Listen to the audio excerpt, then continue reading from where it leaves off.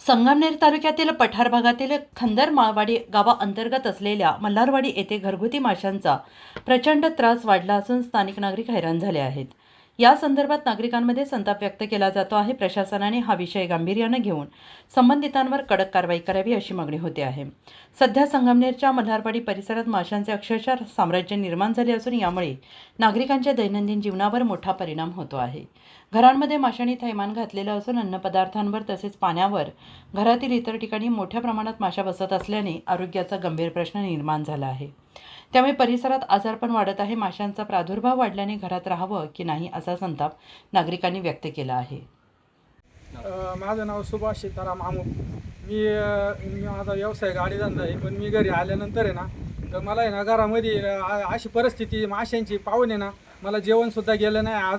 आणि इथून मागे सुद्धा मी वारंवार आहे ना त्यांना मी लय विनंती केली या गोष्टीबद्दल, कारण मी त्या पोल्ट्रीच्या अगदी थोडं जवळच राहतो मी।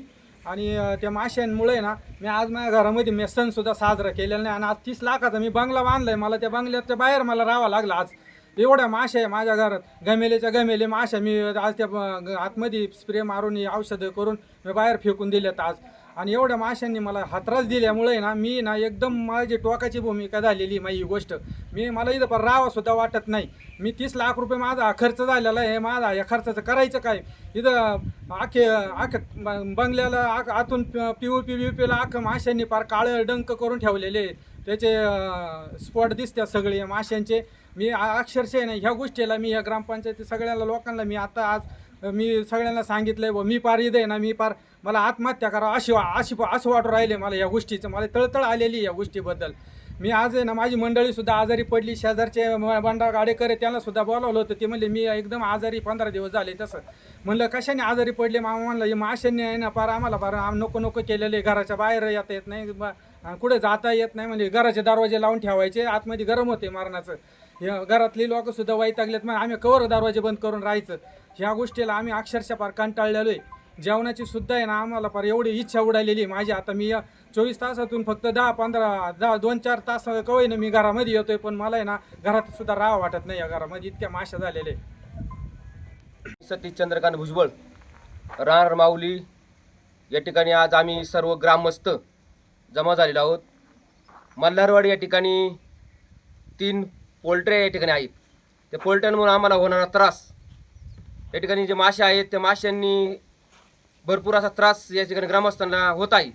आम्ही नेहमी वारंवार पोल्ट्रीचे मालक आहेत त्यांना विनंती केल्या की याच्यावरती तुम्ही काहीतरी उपाययोजना या ठिकाणी करा, पण ते उडवडीचे उत्तरं देऊन पोल्ट्र्यांचा आहे त्याच पद्धतीने या ठिकाणी चालू आहे। माशांचा इतका सुळसुळाट झालेला आहे, त्याच्यापासून आम्हाला सर्व ग्रामस्थ असतील, माऊली परिसरामध्ये गोकुळवाड्याचं मल्हारवाडी असेल या ठिकाणी इतका त्रास चालू आहे की त्याची दक्षता या ठिकाणी कोणताही पोल्ट्रीचा मालक जो आहे ते घेत नाहीत। त्यासाठी आम्ही या ठिकाणी ग्रामस्थ एकटलो आहोत। इथून पुढच्या काळामध्ये त्याची दक्षता घेणं गरजेचं आहे। वारंवार आम्ही त्यांना विनंती करून सुद्धा त्यांनी या ठिकाणी दक्षता घेतलेली नाही आहे। पुढील याच्यामध्ये आम्ही आता जे काही पुढील कारवाई होईल त्यासाठी आम्ही सर्व ग्रामस्थ एकत्र येऊन पुढची कारवाई करण्यास सक्षम राहू।